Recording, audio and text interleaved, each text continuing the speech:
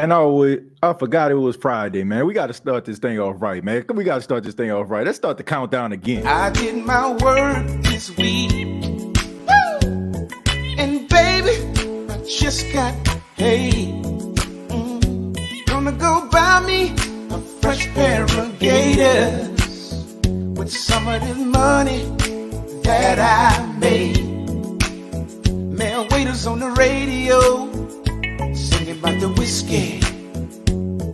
I think I'll go by the stove to get me a bottle so I can be ready to get my groove on the dance floor. Baby, baby, it's Friday. It's Friday, baby. And I'm gonna party and get my groove on. Get my groove on. It's Friday, baby. Oh, and I'm gonna party to the break of dawn.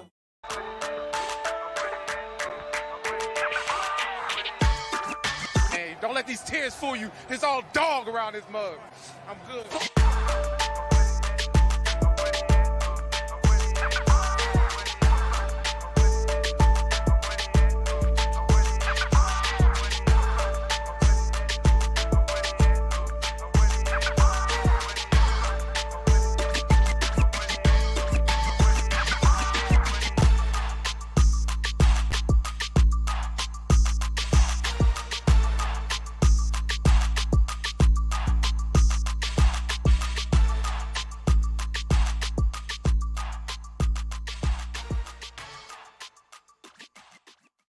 Hey, what's going on, Who Dat Nation? It is yours truly, TJ Jones. And yes, I am the host of the State of the Saints podcast. Thank you all so much for checking out the State of the Saints podcast, where we talk New Orleans Saints. Shouts out to everybody in the chat, and I do apologize, but we definitely had to take two. Everybody know what it is. It's Friday. Shouts out to Sir Charles Jones, man, getting our jig on here on this Friday. It is the second day of June.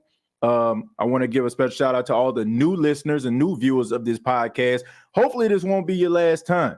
And for all my regulars out there, thank y'all so much once again. Let's go ahead and talk about the topic of conversation on this edition. We're going to be talking about wide receiver Chris Olave going into his second season, and why I feel that Chris Olave is about to be a breakout star. And we're also going to be taking your questions and reading some of your comments throughout the show. But of course, Chris Olave has come into his second year. OTAs has kicked off. Practice has taken place. And the one constant that we have constantly heard is Chris Olave performing well, running faster, being a little bit more sure of himself, crisper routes. I mean, we all knew that Chris Olave coming out of Ohio State was something special. I mean, we knew when the Saints selected him with the 11th pick in the draft last season that we expected him to be as advertised. I don't think we thought that he would be as advertised that early. I thought that his first season, you probably would have seen him more of a deep threat due to his 4.2 speed and his ability to get behind the defense. But of course, we know that fate, had other plans for Chris Olave. And Chris Olave had to end up being that number one receiver a little bit earlier than expected. But he stepped up and he did what he needed to do. He had 72 receptions for 1,042 yards and 4 touchdowns last year. He was also a finalist when it came to Offensive Rookie of the Year. He didn't get that, but I think that it was a lot to build on from year one to year two. And now he comes into camp, and I think the expectations are a little bit different. From year one, we just expected Chris Olave to kind of just be, that down the field threat and maybe just learn under the tutelage of Michael Thomas and Jarvis Landry. But this year, I think all Saints fans are expecting this guy to rise as that number one receiver. No disrespect to Michael Thomas coming back. No disrespect to any other receiver on the team. But this is why the New Orleans Saints selected him so early, for him to be that number one receiver and be that guy that the Saints can count on game in and game out. Now, there were a lot of positive things to learn from Chris Olave as far as, his ability to run routes, his ability to catch the ball. I mean, he was really, really good. But there were times that I just felt like Chris Olave, had opportunities to make plays, rather it was a drop pass or a missed opportunity. But I don't think that's a knock on him as a player. It happens to the best of them, especially young guys trying to figure out who they are and what they are as far as their positions in the National Football League. But I do expect for Chris Olave to have a much better season. It would not surprise me at all if Chris Olave is the leading receiver of the New Orleans Saints. And I think that the New Orleans Saints are going to be focusing in on Chris Olave being that number one guy. Once again, I'm not taking shots at Michael Thomas, but we have to be realistic about this. When Michael Thomas is well, he's one of the best wide receivers in the league. But he has not been playing over the last 2.5 seasons. So the only thing that we can do is hope that he is out there. If he is out there, then this will be a very formidable 1-2 punch. But the uncertainty of Michael Thomas going into the year 2024, the Saints giving him that 1-year deal, incentive-laden. We don't know how this is going to pan out. Michael Thomas might have one of those warpath seasons, and he might end up trying to go somewhere else. But if he was to go somewhere else, at least that you have a guy like Chris Olave that can come in and give you that number one receiver production. I'm excited to see what Chris Olave can do. He looks a little bit more, bigger. It looked like he gained a little bit more weight and been in that weight room in the offseason. Also, Rashid Shaheed working alongside him. I think that these two guys can be something special. And also the chemistry that they're developing between, them and Derek Carr is a plus. We know that Derek Carr is a really good quarterback. We know that he can get the ball into the hands of the playmakers.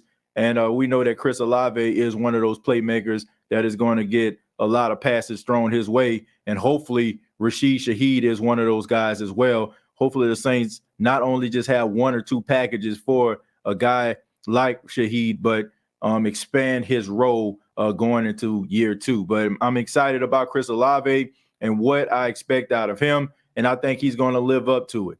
He had a few injuries last season. We know about that game where he was knocked out the game against the Seattle Seahawks. That was unfortunate. Kobe Bryant, the cornerback, ended up hitting him when he was trying to go for a catch in the back of the end zone, talking Chris Olave, and he was knocked out. But, he had a few nagging injuries here and there. But for the most part, when the Saints needed Chris Olave, he stepped up. And I can remember that game versus the Minnesota Vikings. I got to give credit where credit was due. Andy Dalton threaded the needle about 30-some-odd yards in the middle of the field. Chris Olave between 2 defenders caught that ball to set up a long field goal for Will Lutz. But those are the type of plays that we see from Chris Olave, and those are plays that we expect for him to have for the foreseeable future. So excited to see what number 12 is going to be in the year of 2023. But let's go ahead and read some of your comments, and then we'll go ahead and get started from there. It says, what's good, TJ and the Who Dat fam? And somebody said, fire Pete and bring in Gruden. I don't know about that. Thomas is now 30 and has major injuries. He's not going to be what he used to be. But if he's even half of what he was, he'll be a great number 2. I think that's the truth. I think that you gotta look at it like, if anything, and I think Mike Detillier said this when he was on the show, if you can get anything out of Michael Thomas in, this year is a plus. Or maybe it was RP3. I think it was maybe Raymond Parks III. Shouts out to RP3. I think it was him. I think he's the one that said it. But he mentioned that. He said if you get, anything out of Michael Thomas, it's a plus, right? And that's the way that I'm looking at this. That's the reason why I'm looking at Chris Olave to be that wide receiver to step up and to play that number one role. Because, Michael Thomas, he probably will be out there week one, but in the back of your mind, you're wondering how long is it going to be before he possibly goes down again? Can he play an entire season? And I think that's a fair question to ask, since for the last couple of years, he has not been able to. What it do, TJ, and Who Dat Fan? What's going on, Brandon? Thank you for being here. Says, hit that like button for TJ. Please hit the like button if you enjoy the State of the Saints podcast. I really would appreciate that if you enjoyed the show. It says, how you think the tight end room going to do? Well, I think that the tight end room has made great improvements. They've done a really good job at bringing guys in. They recently brought in tight end Jesse James. I remember Jesse James, with the Pittsburgh Steelers. He played a little bit with the Detroit Lions, but the majority of his production came from the Pittsburgh Steelers. And that was right around the time when, they were transitioning, before they got Firebrew as their tight end. Heath Miller was a mainstay. Jesse James was one of those guys that kind of came in and provided a little bit of a spark. I think if I'm not mistaken, I think Jesse James was a part of that so-called catch that wasn't a catch in a playoff game, and it ended up causing the Pittsburgh Steelers to lose or something like that. He ended up catching a ball, but they ruled the pass incomplete. I think he was a part of that. But Jesse James is a guy who can catch the ball. He's a solid blocker. And we know that, the Pittsburgh Steelers tight ends, one thing you're going to do, if you're going to go out there to have opportunity to catch the ball, you got to be able to block. So the Saints are doing a really good job at bringing guys like Jesse James in, bringing in guys like Foster Moreau, having guys like Juwan Johnson on the team. Lucas Kroll is another guy. So I just think that this thing is going to work itself out. And we know that Derek Carr likes to throw the ball to the tight end, which is one of the reasons why I feel that, the Saints are really trying to do their best to try to bring in tight ends. Everything, as far as the decisions offensively, in my opinion, have been tailor-made for Derek Carr. They are really trying their best to accommodate him, rather it's bringing in John Gruden, who is a controversial figure right now, which is bringing in guys like Brian Edwards, who played with him, bringing in Foster Moreau, guys who played with him. It seems like they're trying to make him extremely comfortable and have guys that he is familiar with in order for this transition to be as smoothly as possible from the Raiders to the Saints. So they're doing a good job. And, the tight end play for the New Orleans Saints has been a little bit sketchy over the last almost decade. You've had some good, solid play in between. I think back to the times of Jimmy Graham, when Jimmy Graham was dominant in the Saints uniform, and it's been a huge drop-off since. You had Benjamin Watson that gave you a little bit of a spark the first time around. You went out there and you tried to get Kobe Fleener. We all know how that panned out. The Saints have been trying to do their best to try to find guys that can fill that void, and they have not. Josh Hill was a really solid tight end, but he wasn't the tight end that we all expected him to be once Jimmy Graham left. We had Jared Cook, for a couple of years. I know he's not the fan favorite of New Orleans Saints, but of Saints fans. But one thing we can say about him, for the first couple of years, he was pretty good for the Saints. I remember the classic game against the 49ers in the Superdome. Jared Cook was about to destroy the 49ers single-handedly until he was knocked out the game by Awuzie. So, he has some positive spots, but it's been a long time since they've had consistent tight end play where for a fact that tight end can come out there and make some plays. It's almost like, like a Kelsey. Travis Kelsey is going to come out there. He's going to get his catches. George Kittle is going to get his catches. And, guys like that, tight ends that for a fact are going to get their catches and going to play a vital role in the success offensively for their team. It's been a while since we've seen that from the New Orleans Saints. So hopefully one of these guys can be able to step up, emerge, and maybe be in the top tight end conversation. I think that they have the talent to do so, especially a guy like Juwan Johnson. I see a lot of qualities in Juwan Johnson. Reminds me that of Shannon Sharp. When Shannon Sharp was playing for the Denver Broncos, Shannon wasn't the biggest tight end in the world. As a matter of fact, at that time, he definitely was an anomaly. He wasn't, usually tight ends are supposed to be big and tall. But, I guess all things considered, when it comes to Juwan Johnson, he is tall. 6'4", but we know that most tight ends, they mostly come in the form of 6'6", 6'7", about 240, 250. So, I think that he has what it takes. And I think that if he gets on the same page with Derek Carr, I think that we'll find the tight end room to be one of the most exciting rooms in, I guess, in the Saints organization. TJ, what you think about OTAs this week with the Saints? Well, I think that we heard about a lot of positive things. Everything that's coming out the camp from everybody that I talked to, everybody that's been there, has told me that it has a positive vibe. I think Nick Underhill, I heard him mention, it kind of has that Drew Brees feel to it, when it comes to Derek Carr and his command of the offense and him understanding what's going on, the camaraderie of the team, the high percentage of guys actually showing up. You still had some guys that weren't there, the Michael Thomases, the Marshawn Lattimores, the guys like that, the Camaras. But for the most part, there was a great turnout. And, these guys working on chemistry and developing chemistry with Derek Carr is vital to the success of the Saints. And I think that, everything that I've heard is something that is indeed positive, for the exception of, I want to say, Tuesday's practice when Dennis Allen came to the podium and said they look like a team that was off for 4 days.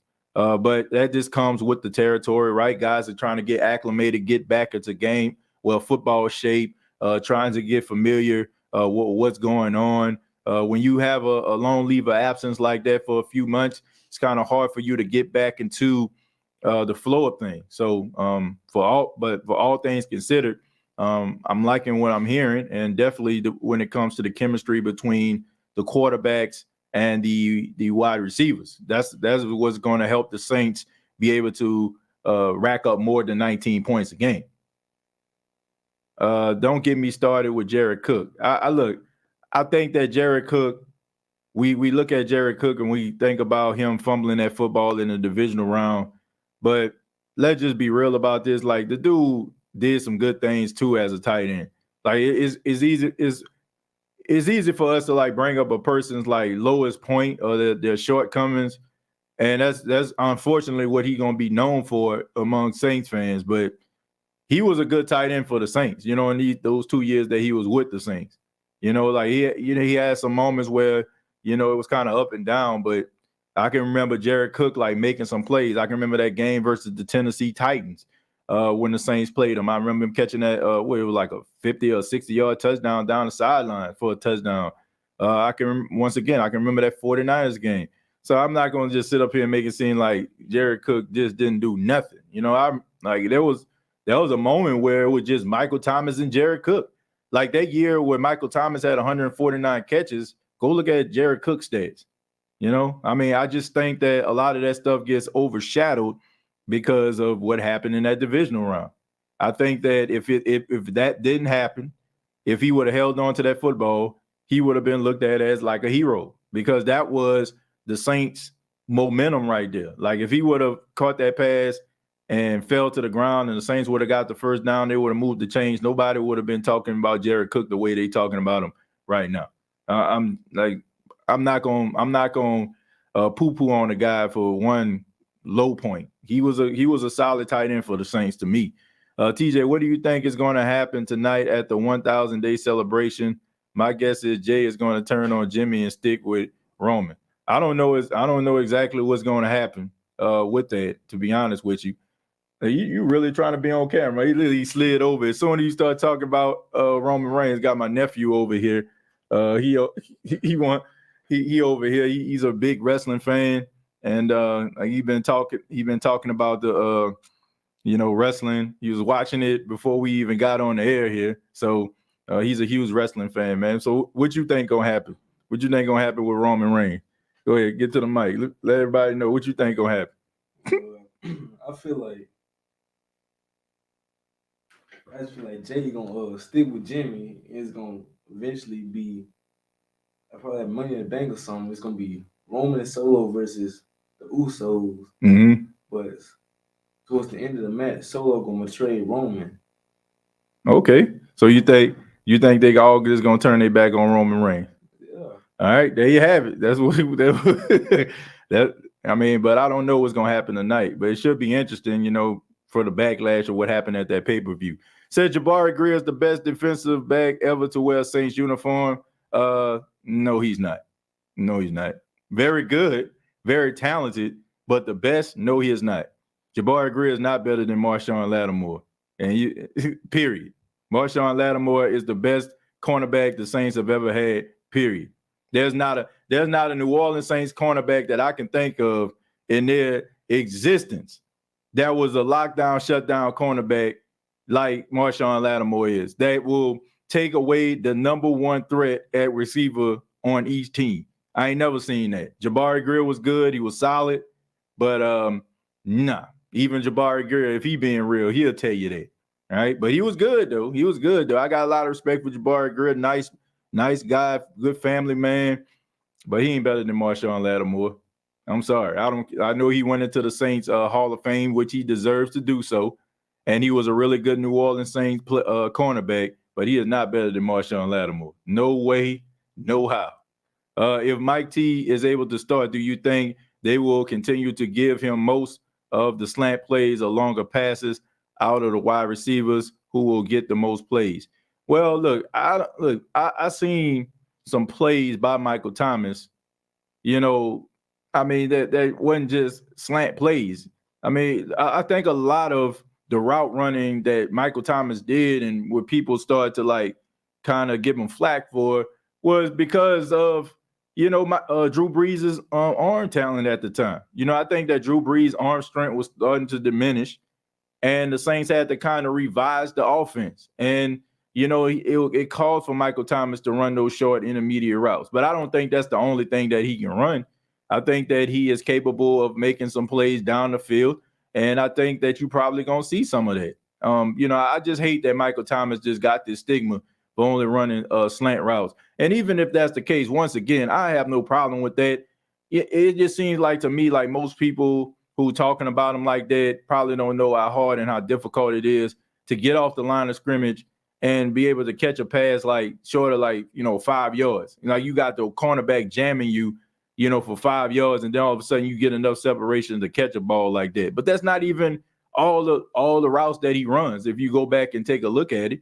But I think a lot of the short intermediate passes that he caught had a lot to do with Drew Brees' arm strength at the time. So I think that if Drew Brees was probably, if he probably had enough arm strength like he did probably 2012, 2013, you wouldn't have saw that. Because anybody that feels this way, I encourage you to go watch Michael Thomas in 2016. And you tell me if all he was doing was running slant routes. I mean, he was catching passes down the field. I mean, he was running deep post patterns. He was doing all that. I don't know how all of a sudden he just became this guy who just runs slants all the time. That's not what he's only capable of doing. The dude is a really talented wide receiver. I just feel bad that he kind of got caught into this whole stigma about him only being able to run one route. Chris Olave is very underrated route runner, which is rare for a speedster home run threat. Yeah, I mean, I think everybody knew that he would emerge to be a possible number one receiver over time. I just think that when you look at the combination of Michael Thomas and Jarvis Landry, them being on a team last year, I think a lot of people just was valuing his speed. They're like, oh, man, we can be able to take the top off the defense because of, Jameis Winston's arm strength and be able to throw the ball down the field, air it out. So I think that what people thought about with him. But I knew, once, things start to slow down and his role starts to change and the production starts to increase, you'll see that he's more than just that. Congratulations on being selected to the Hall of Fame. Yeah. Shouts out to Jabari Greer. A really good, cornerback for the New Orleans Saints. I mean, one of the best. I say he's one of the best. I give him top 5. I give him like top 5, maybe even top 3 if you think about it. Think about some of the cornerbacks. You probably can put him in there. If a Saints player makes a mistake, he suddenly becomes trash no matter what his contribution to the team. I'm so Urkel sick of these fair weather fans. I don't understand that.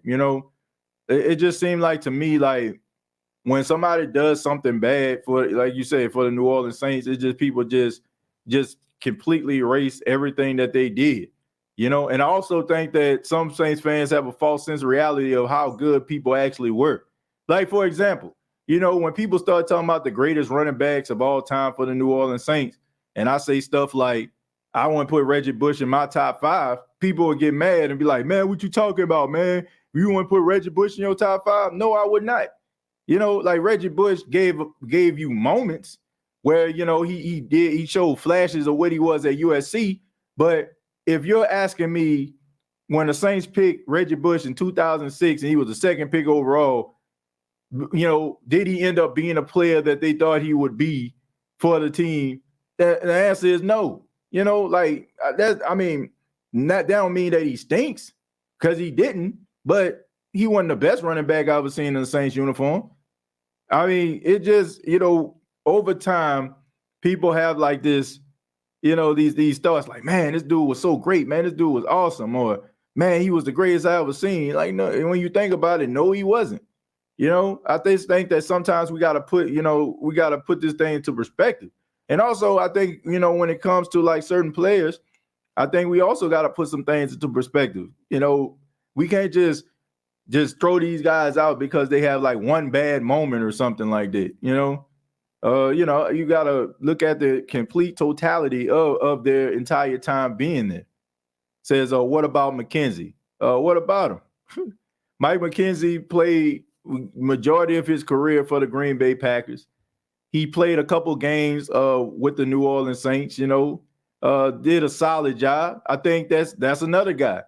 Everybody remember that game where the Saints signed him on they signed him like on a Tuesday, and he ended up playing like on Monday Night Football, and he had to guard Randy Moss, and all of a sudden like he neutralized Randy Moss, and now everybody like, Mike McKenzie. Like Mike McKenzie was okay, but I think of him more as a Green Bay Packer than I do as him as a New Orleans Saint.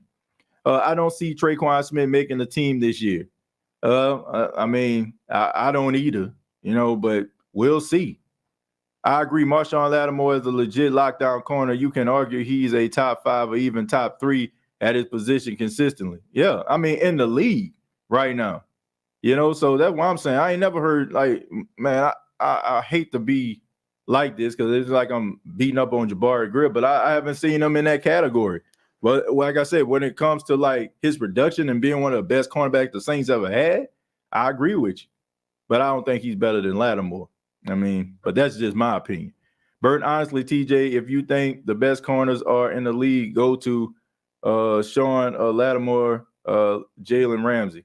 Yeah, I mean, look, I think that over time, guys will emerge and take those guys' position. I mean, these guys start to get older, they start to slow down, the injuries start to kind of, add up. I mean, then you got these young guys that's coming into the league right now. Like you got Sauce Gardner out there for the Jets. I mean, you got some young guys out here that can lock down the field. So, I mean, as these guys are like the seasoned veterans, I mean, they're going to get the respect for doing it for X amount of time. And Sauce Gardner just did it for 1 year, but I think that the writing's on the wall. I mean, unless the guy start believing his own press clippings and he takes a step back, I mean, you can clearly see a guy like, Sauce Gardner being one of the top corners in the league. And some people feel like he's already there. Michael Thomas is an excellent route runner and open field guy. He's more dangerous on intermediate short routes because he's 220 pounds and he has dominant footwork. Yeah, that, and he's strong, like he's extremely strong. You can push these cornerbacks back, has like good body control. I mean, man, this dude is everything you want in in a wide receiver, if you ask me. I just think that people just fall in love with the 40 time and guys taking the top off the defense. And if a guy isn't doing that consistently, then all of a sudden, like, he's not that good. I don't know. I just look at, I know everybody heard the old saying, like, man, most wide receivers in the Hall of Fame, you know, they run maybe like, you know, 4.3 or less. You know what I'm saying? Like, but I'm not going to even say that. I just look at it this way. The guys that are fundamentally sound are the individuals that stay around the league longer.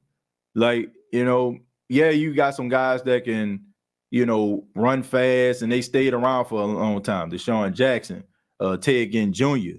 But for the most part, the guys that are fundamentally sound, that can run routes really well, but wasn't the fastest guys in the world, they're the ones that stay around for the longest period of time, because your speed may diminish, right? With a knee injury, with an ankle injury, what have you. But if you can continue to, you know, run really good routes, have really good footwork, have really good body control, you stay around the league longer. Larry Fitzgerald wasn't the fastest guy in the world. Pretty fast, you know what I'm saying? Like, I guess, like, during the time when he came out, that was considered like fast, but now these guys are like some burners. Larry Fitzgerald stayed around the league for I don't know how long, right?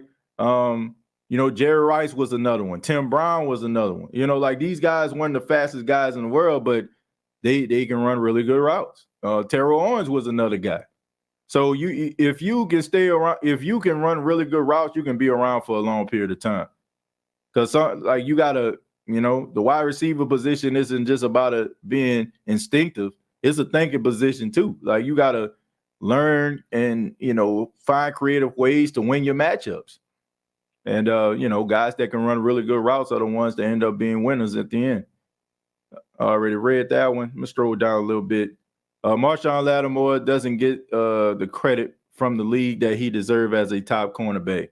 That's probably because he plays for the Saints. You know, a lot of the times, you know, guys get that credit. It's two ways. It's number one, they talk a lot. And number two, they play for a big market team. Jalen Ramsey played for the Jacksonville Jaguars, and that's where he got his name. But Jalen Ramsey talked a lot, right? He started talking with about Steve Smith. You know, he started like just trash talking and stuff like that. So it makes him more appealing. It makes him easier to write about. It makes the media gravitate to him, right? But Marshawn Lattimore, you can tell like he don't really like talking to the media like that. He's a soft-spoken guy. Quiet, don't really say too much of anything, let his game do the talking. But I just think that has a lot to do with it too. If Marshawn Lattimore like played for the Cowboys or the Philadelphia Eagles and he had this mind, like this personality, I still think that he would get consideration. Most times guys that play on small market teams, the main reason why they start getting respect for their position is probably because they're not afraid to tell you how they feel like they're slighted. But Marshawn Lattimore is not going to tell you that. What about cornerback Fred Thomas, TJ? Fred Thomas. Hell no. To the no. Hell to the no. Come on, man. Fred Thomas. Man, that's the original smoke turkey right there. Boy, that's the original smoke like brisket, burned like a biscuit right there. Fred Thomas. My goodness. Terrible. That man, like one of the worst cornerbacks in New Orleans Saints history. Pierre Thomas, hands down. Pierre Thomas was consistently good. Exactly. Darren Sharper. I would say Darren Sharper was a really good New Orleans Saint on the field. I'm talking about the player on the field. I ain't talking about what he did off the field. On the field, he was really good. I mean, he had that year back in 2009. He led the NFL in interception. I think he had 9 interceptions that year. Yeah, he was definitely instrumental in the success of the Saints. But like you said, Sharper played safety. I guess if we're looking at it like a secondary player, I mean, yeah, I put Sharper up there. I wouldn't put him as like the greatest New Orleans Saint. Because here's the thing. I think the Saints get guys, and you know what I'm saying, we acquire, you know, the Saints acquire guys, and then over time, you know, they they make a name for themselves, you know, in the Saints uniform. I don't think Darren Sharper was around long enough for me to look at him and like, okay, you know, like for the first 2 or 3 years he was in the Saints uniform, he was really, really good. But I look at guys like Velma, right? Velma got traded to the New Orleans Saints from the Jets. But Velma played, you know, man, more than 5+ years with the New Orleans Saints, right? And it came to a point where you almost forgot that he played for the Jets. And it's kind of the same way when guys like Demario Davis, played for the Browns and the Jets, and he comes to the New Orleans Saints, and it's like you don't even remember. Like, I don't even remember Demario Davis playing for the Browns. I remember him playing for the Jets, you know, because he was tackling everybody all over the field when the Saints played the Jets that time when Michael Thomas should have had 3 touchdowns in the game. He kept on stepping in the back of the end zone and stuff like that. You know, weird stuff kept happening, and they kept on taking touchdowns away from him. But I just think that guys establish themselves in the Saints uniform, even though they come from other places, you know, and you start to look at him like he's one of ours. When it comes to Darren Sharper, I just feel like, you know, he did some of his best work when he was with the Packers, right? And he did some of his best work, like when he left the Packers, he went to the Vikings. And then, of course, he went to the New Orleans Saints. But I look at him more as a Packer than a Saint. But I think of Darren Sharper more as like mercenary, a mercenary more so than actually just a all-time great Saint. I think about guys like Velma as all-time great Saint. Demario Davis, all-time great Saint. Trying to think about somebody else that may have came from another team. I mean, Jabari Greer, he played for the Buffalo Bills, all-time great Saint. So that's the way I look at it. Some guy, when they like here 2 or 3 years, I look at them like as football mercenaries. It's kind of hard for me to look at a guy like that and be like, you know what? Now this guy one of the best, especially like I said, they was only here for a handful of years. Larry Fitzgerald was poetry in motion. Yeah, he was one of the best route runners ever and had some of the best hands ever. Deion Sanders was awesome with Atlanta, but didn't get hyped till he was with Frisco. I don't know. Nah. It was the same. It was the same way. It was the same way when he went to Atlanta. I just think that when it came to Atlanta, I think he probably would have stayed in Atlanta if Atlanta probably, you know, gave him more money. I think that Atlanta, between not being very good at that time and not giving him the money he felt he deserved, I think that that's why he went to San Francisco. But, I mean, Deion Sanders always was Deion Sanders no matter where he went. I mean, that was just it. He's always been like the guy that was, you know, really popular. I'd rather my kid be an excellent route runner like Stephon Diggs, Justin Jefferson, Michael Thomas than just be fast and contribute nothing like Justin Ross or Trayvon Austin. Well, look, you got some guys that are fast that can still contribute, like Tyreek Hill or Antonio Brown, you know, guys like that. I mean, Randy Moss. You got some guys out there that can contribute and stuff like that, get behind the defense. But I just think that I agree. I would rather be a really good route runner than just to be really fast. Face blue, smiling face, smiling face. What are we doing here? Hey, Jalen Ramsey also got better as seasons went on. Yes, he played with the Jacksonville Jaguars, but we forgot Jalen Ramsey was in the playoffs with Jacksonville, and better he gets as he gets. Well, I feel like at the same time, still, I mean, I've seen teams go to the playoffs, but they still don't get the attention and respect that they deserve. The players don't.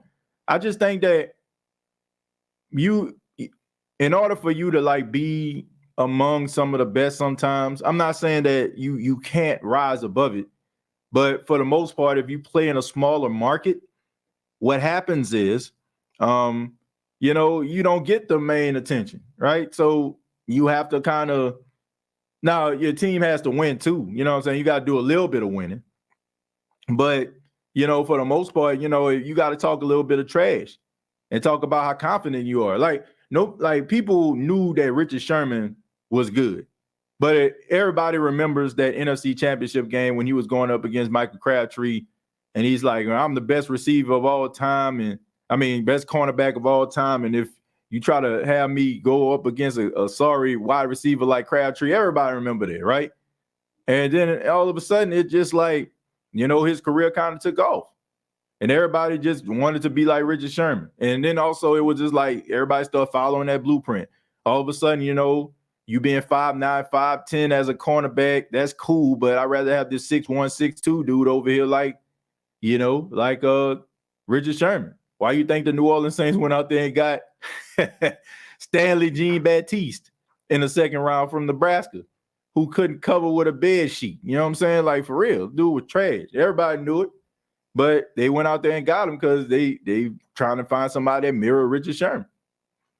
Sharper was a quiet Pro Bowler at Minnesota and Green Bay before he made a big impact in New Orleans because our defense complemented his style. Yeah, that's why I said, I look at him as like a football mercenary. It's kind of like Darrelle Revis when he went to Tampa. It's just one of those things. Like, we all know and look at Revis as a Jet, right? But he also played for the Patriots. He also played, for the Tampa Bay Buccaneers. So it's like when you look at those guys, it's like you just remember them because, they're synonymous with the team they came from. TJ, great podcast as usual. Who do you think plays slot receiver for the Saints if they don't make a trade for Hunter Renfrow? Rashid Shaheed. Rashid Shaheed, in my opinion. I mean, or you can you can put Michael Thomas in the slot. But for the most part, I think it would be Shaheed.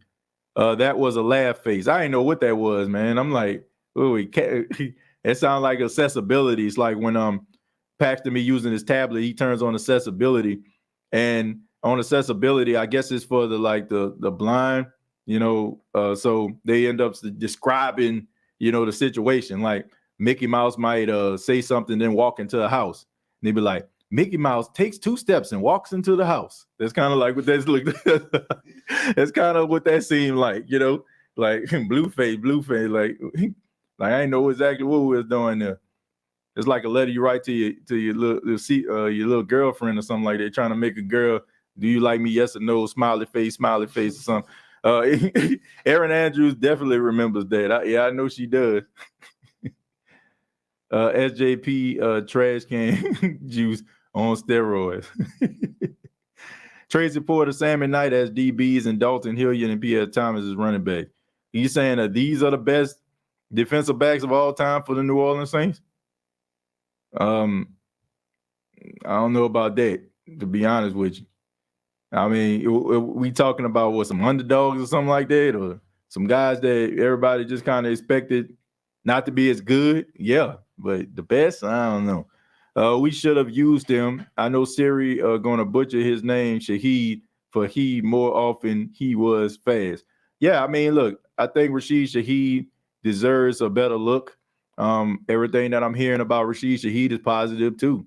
So, I mean, we knew that this dude was talented. He just dealt with some injuries coming out of college, and every time he touched the ball, something magical happens.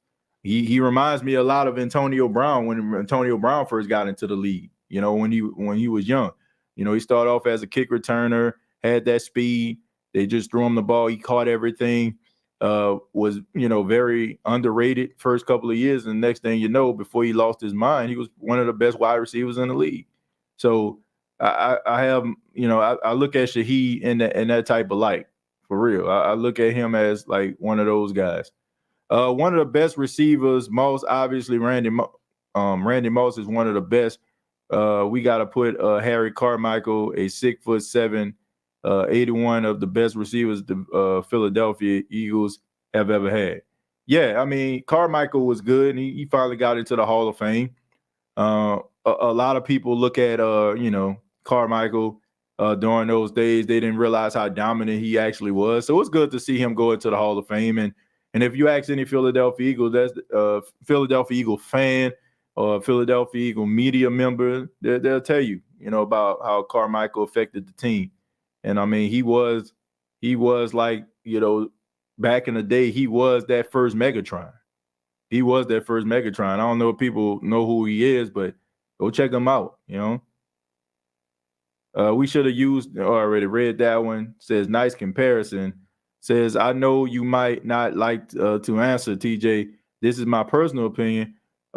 We should tank to see and get rid of them. This Dennis Allen is not it, and I'm mad at Nikki. I guess you're talking about Mickey Loomis. Look, I'm not in the business of tanking. You know what I'm saying? I'm not in the business of tanking. What are you doing over there? What are you doing over there, man? I'm not in the business of tanking. You know, I think that I think you have to win every game that you possibly can. You know, you got to go out there and let the chip fall where they may. And look, I know that Dennis Allen isn't everybody's first choice. I mean, we see the reports about the guy, and we know where the NFL stands when it comes to him. We know what Saints fans how they feel when it comes to him. But man, this is a brand new year, and I want this man to lead this team to success. All right, in spite of despite what people feel, despite what you may think, the ultimate goal is for the Saints to win. That's how I feel. Dang, my finger ain't working right. Hi, TJ and Mr. McCoy looking good. That's why you was laughing. Because when my mom was on here, giving them a shout out. No tanking at all. Let's see. I think Browning was Saints' worst acquisition besides Bird. Now I will put Jason David up in there too. Jason Smoke Turkey David. They gave him all that money coming over from Indianapolis. And I remember one time, man, this dude was getting burned so bad by Andre Johnson. Like, this dude looked like a referee. How when the football players, they outrun the referees and the referee just kind of run behind them to make sure that they don't run out of bounds or something. That's how bad that man got burnt. Like, I wish they had that footage up there. But for some apparent reason, I guess it just got erased off of YouTube and all other, I guess like internet platforms. But it was just that bad. I'm like, they paid a slot corner like an outside corner. Like, and it was just bad, man. To me, Jairus Byrd was terrible, but Jason David was awful. Like, smoked turkey, like, for real. Like, Thanksgiving style. That man was trash. That man was not good. And now for the coach, he was good. But boy, you talking about a lemon. I'm talking about limited fresh. That dude was a lemon, like, for real. I don't know what the Saints was thinking with that. I can't believe anyone would be thinking about tanking in June.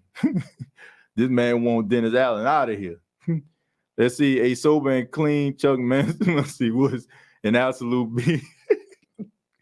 Yeah, but he was pretty good. But like you said, man, he had some issues. They said we have players in their most pivotal years who will leave the team or retire soon. We can't tank, for real. Like, it's now or never. It's now or never on here. Mr. Who That said, who that TJ nephew and fam says smoked ash. Yeah, he was ash, he was smoked. Man, he was king for charcoal. I mean, he was all that. Straight barbecue baby. They call him barbecue baby. Brandon Browner did more holding than a newlywed couple. Patrick Robinson was the same way in the beginning. Yeah, P-Rob wasn't good, but he left, found himself in Philadelphia and came back and was pretty good. Let's see, especially we got a very good team, man, now. Yeah. I mean, on paper, they look pretty good. It says, TJ, you remember Toy Cook? He got spoke like brisket too. Yeah, I remember Toy Cook. I mean, Toy Cook back in the 90s, from them Dome Patrol teams. I remember Toy Cook. Toy Cook was actually the first Saint player I ever got an autograph of. Can they please announce the Hunter Renfrow trade already? Well, people are already talking about him having his jersey being discounted and stuff like that, 25% off. Look, I think that eventually, they're probably going to end up getting cut. They probably going to go ahead and let him go. I don't know if it's going to happen with a trade. I think that more than likely they probably end up cutting him, give him an opportunity to go somewhere else. But if they do, I'm pretty sure the Saints are going to be first on this list. Can they please announce? I already read that. Said barbecue baby. Yeah, that's what it is. Barbecue baby. Like Shaq say, barbecue chicken, barbecue baby. That's what he is. Lunch break time. What y'all talking about? Well, we started off talking about Chris Olave, and we feel like he's going to do this season. He's going to, be that beast that we know he can be. And of course, like always, we're just taking questions and reading comments. Says, what are the Saints giving away to get Renfro? Honestly, I would say try to do absolutely nothing to get him. Try to, see what the Raiders are going to do. Could end up being the same way it happened with Derek Carr. Toy Toast Cook. I still wish Calvin Johnson Jr. had a better receiving core, not with the Lions on a team that was, just not only hand to a Lion. Well, I think Calvin Johnson had the right quarterback in Matthew Stafford to put up a bunch of yards. But, of course, when you play for an organization that's not used to winning, it can become frustrating. And it can't just be about stats, because personal accolades can only do so much for you, especially like when you start to get older and you start to establish yourself in the league and people are comparing you as being one of the all-time greats. And, you're not winning. You want that Super Bowl on your resume. Rather you go to the Super Bowl or you win it, or you go to the Super Bowl and become unsuccessful. You still want that experience.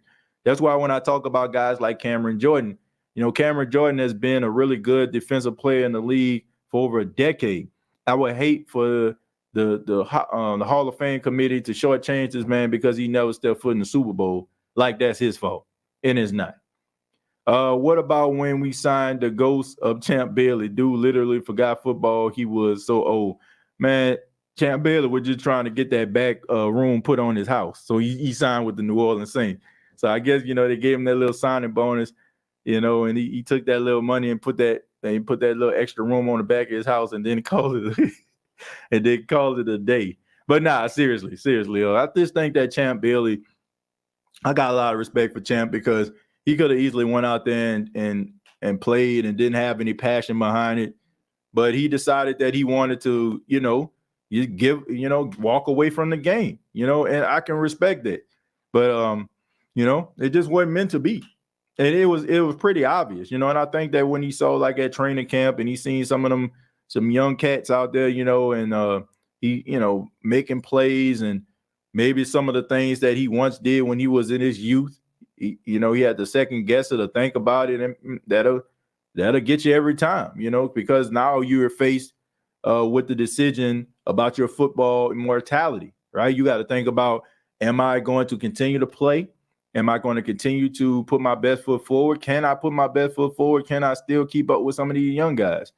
And I think he answered this question. He walked away and never came back. But he is a Hall of Famer, and he deserves to be one. The game of the week, TJ, was some pawn shell Mortal Kombat. Was there 1/12? First Blood coming out on September, and Spider-Man 2.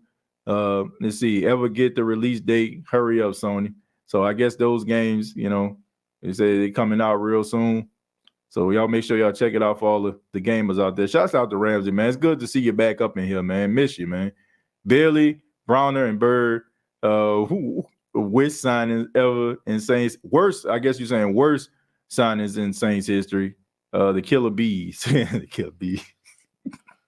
Yeah, that's a good name for him. I mean, Jason David over there, bees, turkeys around this thing. Shoot, something trash, awful. That was just bad, man. No, like he was once again. Jason David was a really good slot corner for the Indianapolis Colts, and I just think that with the Saints seeing him, they won that Super Bowl, and then all of a sudden, man, we're gonna put Jason David out here. I'm like, they got Jason David on Andre Johnson. I'm pretty sure Andre Johnson was out there licking his chops. Like, yeah, that man probably felt insulted that they put him on him. That was embarrassing right there. Jason burnt David. Put Dez Bryant in it too. What were we talking about? Dez Bryant for what? Now, that wasn't the worst signing. That was just unfortunate. Like, I think Dez Bryant would have did something with the Saints if he tears Achilles. Fred Toast. Right. Hey, that's the I always call him the original Toast, but he definitely up there. He in the Toast Hall of Fame. I forgot about Jason David. I try to forget about him too. CJ Spiller. Yeah, CJ Spiller was not good for the New Orleans Saints. Although he did have that classic moment in the overtime game versus the Cowboys, and he had that game-winning touchdown when Drew Brees threw him the pass. But I think that's the only thing he did. I don't know. I think that CJ Spiller had like a lot of injuries for Buffalo, and Buffalo kind of realized it, let him go. Saints getting up, picking him up, and the only thing he can he was so fast he was able to get to the edge and show that explosiveness, but he started having those knee injuries and stuff like that, and I just feel like it kind of hindered him and kind of slowed him down a little bit. So some of the things that made him pretty good for Buffalo just didn't work for the Saints. Have you been watching some of the USFL lately? I've been watching our New Orleans Breakers every week. We're 4-3, but something is off. It looks like the coaches are on. Yeah, I mean, at the beginning I was watching them and they played pretty good. Then all of a sudden, like, they start to kind of sputter a little bit. So I watch it from time to time. Do I watch it consistently? No, I don't.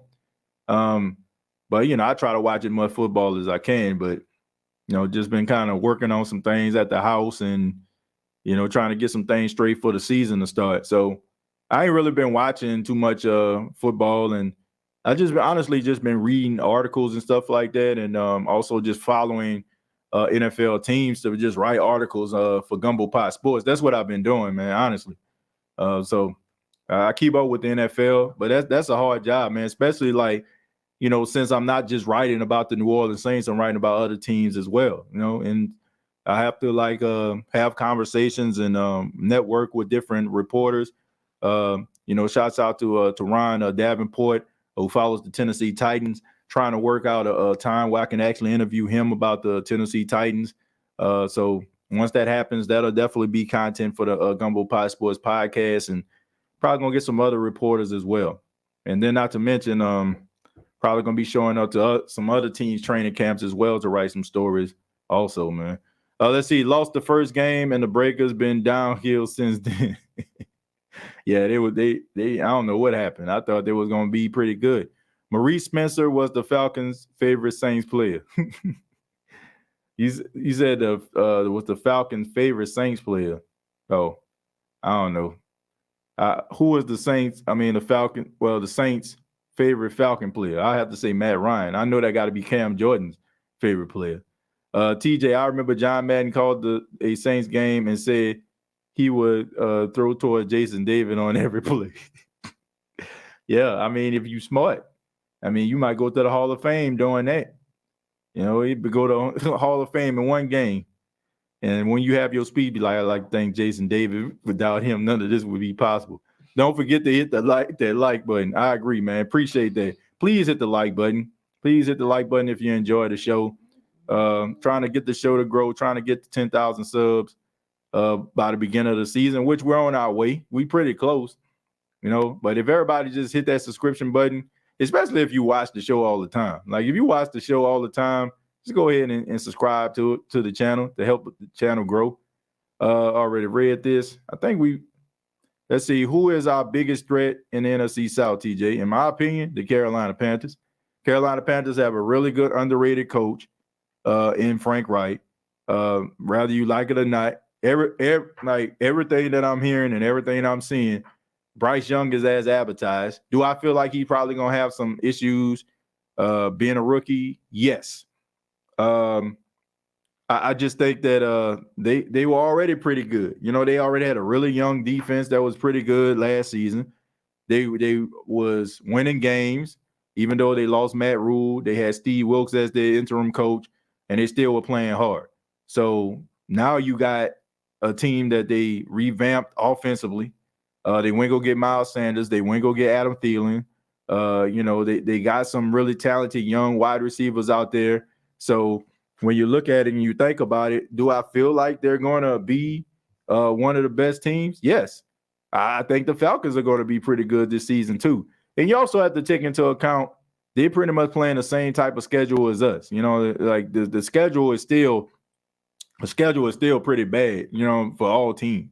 I mean, it's pretty winnable for all teams. So we can't just sit up here and say the Saints got an easy schedule. You got to remember, like, they playing the same teams as well. So if it's easy for us, it's got to be pretty simple for them. And I don't feel bad about saying this because every team, for the exception of the Tampa Bay Buccaneers, finished the season 7-10. So if you're saying that the Saints got a chance, you have to concede that the Falcons have a chance to make the postseason and win the division. Carolina, Tampa, as well as the Saints. So that's the way you got to do it. Subscribe just now. Mark, thank you very much. I appreciate that, man. Thank you. Let's see. Jerry, hi, darling. Says Saints have a horrible record against rookie quarterbacks, don't they? Man, I can remember RG3 lighting them up. I'll never forget that. When RG3 made his Washington then Redskin debut, and man, lit the Saints up. I mean, that was just, I don't know. They just have bad. I don't know. Maybe it's just the fact that they don't have film on them. But I will say this. Over the last couple of years, they've been better against rookie quarterbacks, you know. They've been better. So, what was that? Zach Wilson, they played against him. He did absolutely nothing in that game, but that's why the Jets have Aaron Rodgers, right? So I guess that wouldn't be a good selling point there. That's true. Mark Pittertone, thanks for this, subscribing. Welcome to the family. Carolina Panthers will give the Saints problems next year. Carolina Panthers give the Saints problems every year. Like, Carolina and the New Orleans Saints have kind of just been neck and neck when it comes to division dominance. You know, in my opinion, I mean, Tampa has, you know, stepped up the last couple of years, you know, signing Tom Brady, coming to, you know, into relevancy. But, you know, for the most part, it's been Carolina and it's been New Orleans. You know, Carolina won 3 in a row. Saints won 4 in a row. So they've dominated the division over the last 10 to 15 years. And if you look at their record, I mean, they pretty much neck and neck. And I want to believe that Carolina maybe got like a game lead over the Saints all times. I mean, it's always pretty much been neck and neck when it comes to the Carolina Panthers and the New Orleans Saints. And I expect for Carolina to be good because I expect Bryce Young to be good. Look, now that I follow all 32 teams and, you know, writing articles and interacting with these teams, I mean, I got to be real, man. Like, if I am a Saints fan, I'm nervous about the next 5 to 10 years if this dude can hold up. You know, I know he's small in stature, and that's what people look at. But my guy, if this dude can put everything together, it's gonna be like how some team, like how teams used to look at Drew Brees. That's how we're gonna be looking at Bryce Young. It's gonna be one of those situations where we just completely, you know, annoyed. You know, like, man. Like, want this dude go retire or something. Like, he has that type of talent. And he's smart. And, you know, he can understand, you know, he can break down different defenses. I mean, he can put their offensive players into the right place. Like, they've been talking about this guy for months. You know, he even been bringing out stuff that his coaches didn't even see and didn't pay attention to. So this man is really dialed in. It's going to be a problem, man. I'm telling you, if this dude can stay healthy. Hey, how are you? You have the same name as my mom. Lil Sammy and Laura said hello. Hey, what's going on, y'all? Says, and I also expect the GM to be good since he built the Legion of Boom. Let's see, the Carolina Panthers, he made the Legion of Boom, so we got to be skipping. Well, look, I think that they did everything right this all season to make themselves better. I don't feel like Frank Reich should have got fired in Indianapolis, but he did. And the Carolina Panthers received a really good, solid coach. I got a lot of respect for that man. So y'all know how I feel about Frank Reich if you've been following this show. I know she has to be a sweetheart if her name is Carolyn. Okay. All right. But my final thought is about, once again, Chris Olave. I think that Chris Olave is going to have a solid season. You know, hopefully he can stay, you know, healthy, and, you know, the Saints can get back to being that offensive team that we know they can be, man. It's been a while since we've seen the Saints put up some big numbers, give us some level of excitement. You know, a lot of the games that we watched last season, we probably watched them because we were Saints fans, you know, and it didn't leave us with a lot of excitement. It was a mixed bag. It was almost sometimes watching a Masters golf tournament or something like that. You know what I'm saying? You fall asleep with the remote in your hand. You know, you got to drink some energy drinks to stay active or something. But we want some excitement, right? We want these guys to be able to live up to their full potential. And we want to have all hands on deck. Ain't it about time? You know, I understand that injuries happen all the time, but it just seemed like the injury guys have been extremely cruel to the New Orleans Saints over the last couple of years. So hopefully we can, you know, get some exciting football with a new quarterback in Derek Carr, you know, some young whippersnappers, if you will, going into their second year, and Rashid Shaheed and Chris Olave. And, you know, Michael Thomas, you know, hopefully he can hold up for the season. If you can have that, you know, along with Kendre Miller and Jamal Williams and Kamara, if you can have that, I think that you can find success and be there, you know, trying to win the division and making the playoffs around December, right? And that's what we all want. It's been a while since the New Orleans Saints made the playoff. 2 seasons now? We don't want it to be number 3. And we definitely don't want to be having these conversations about, you know, where the Saints stand and who they need to get rid of. You know, I mean, I'm pretty sure Dennis Allen isn't everybody's favorite choice, but I'm rooting for the guy to turn my favorite team around. And I think that you should do the same thing. But it starts with guys like Chris Olave emerging to be that receiver that we all know that he can be, and what he showed when he put up 72 catches, 1,042 yards, and 4 touchdowns in 2022. Hopefully he can resemble that, or even, in my honest opinion, supersede that. But thank you all so much for checking out the State of the Saints podcast. Really do appreciate it. Thank you so much. No matter where you are, wherever you may be, shouts out to the chat. Ask that you hit the like button on your way out. Special shout out to everybody that is listening for the first time. Hopefully this isn't your last time. I encourage everybody to check out the Gumbo Pot Sports website, gumbopotsports.com. Write articles of Bryce Young and his and what he's been doing in OTAs. I also wrote an article yesterday about Chris Olave and what, you know, and I feel like he's going to take that next step. I wrote an article about Jameis Winston. I mean, there's several other articles that I wrote. I just ask that you all check it out. Also, check out the Gumbo Pot Sports podcast. Like I said, I'm working with Tyron Davenport, trying to come up with a time. He is ESPN writer for the Tennessee Titans. Going to try to get him on the show, see what's going on with the Tennessee Titans. And that's important, right? Because the Saints' first game of the season is against the Titans. So we'd like to know, you know, what's going on in the Tennessee Titans camp, their quarterback situation, what's going on with Derrick Henry, the wide receiver group, how are they going to improve defensively. So make sure that you keep it locked to the Gumbo Pot Sports podcast. All you have to do is go to youtube.com, search Gumbo Pot Sports podcast, subscribe to that channel. We got previous episodes available on Apple Podcasts, Spotify, iHeartRadio, Anchor FM, also a part of the Belly Up Media Network, and also a part of Megaphone FM. So thank you all. Have a great weekend. Have a good morning, noon, night, whenever you're checking out this podcast. And like always, all I got to say is,